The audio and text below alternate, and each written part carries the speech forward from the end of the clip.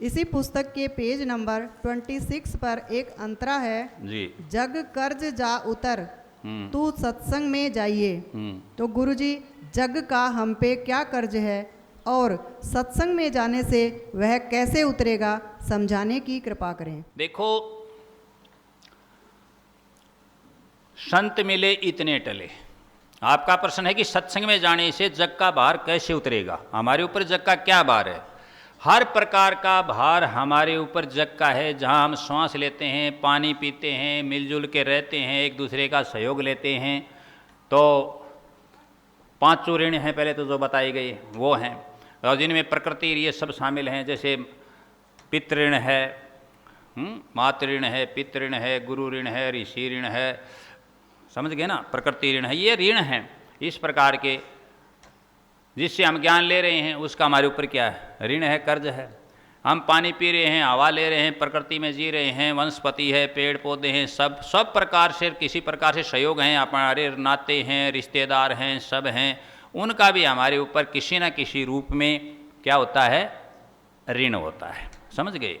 और माता पिता, गुरु, अतिथि इस प्रकार का विशेष करके, ठीक होगा ना। ऋण तो समझ में आएगा, ऋण है ना। जिस प्रकृति में, जिस संसार में हम जिंदे हैं, हम जी रहे हैं, हम श्वास ले रहे हैं, हम ठीक से हैं पुण्य आत्माओं, तो किसी न किसी प्रकार से किसी न किसी का हमारे ऊपर क्या है? ऋण है, कर्ज है। ऋण कहो, कर्ज कहो, भार कहो। अब उतरेगा कैसे? उतरेगा कि सत्संग में संत मिलेगा। तो साफ कह दिया कि संत मिले इतने टले। क्या? काल जाल जम चोट, शीश नवाया ढह पड़े, अनंत पाप की पोट। ढहा ना।